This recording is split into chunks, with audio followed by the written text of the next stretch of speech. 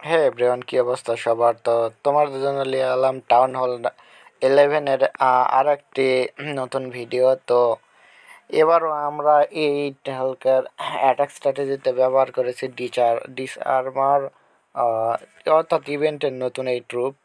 চলো আবার আমরা সবাই অ্যাটাকে যাই। তো সর্বপ্রথম আমরা এখানে মিনিয়ন প্রিন্স দিয়ে দিলাম এবং সাথে একটা স্কেলেটন স্পেল, যাতে তারা এদিকে একটা ফানাল তৈরি করে, এবং এই সাইডে দিয়ে দিলাম কুইন এবং উইচ এবং এটা কি কয় উইজেট।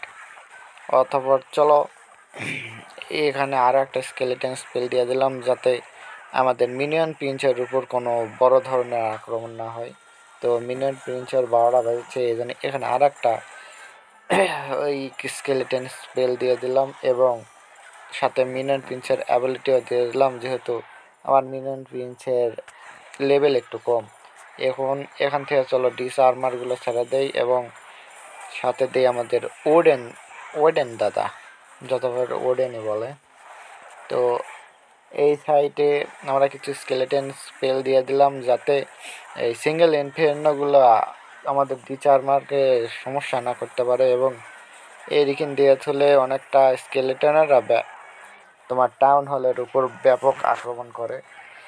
এবং এই সাইডটা দিয়ে দিলাম আমাদের ওয়াল ব্রেকার, যত ওয়াল ব্রেকার ভাই। এই সিজ মিশনের নাম তো আমার সঠিক মনে থাকে না, তোমরা জানলে একটু বললো।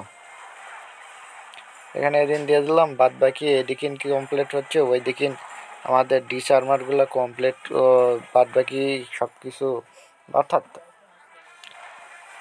বেশ ধ্বংস করছে। এবং এই সাইডে আমাদের কুইনও অনেক ভালো একটা কাজ করতেছে, অর্থাৎ ফাইনাল মানে যত পারে সকল বেসগুলো ধ্বংস করতেছে।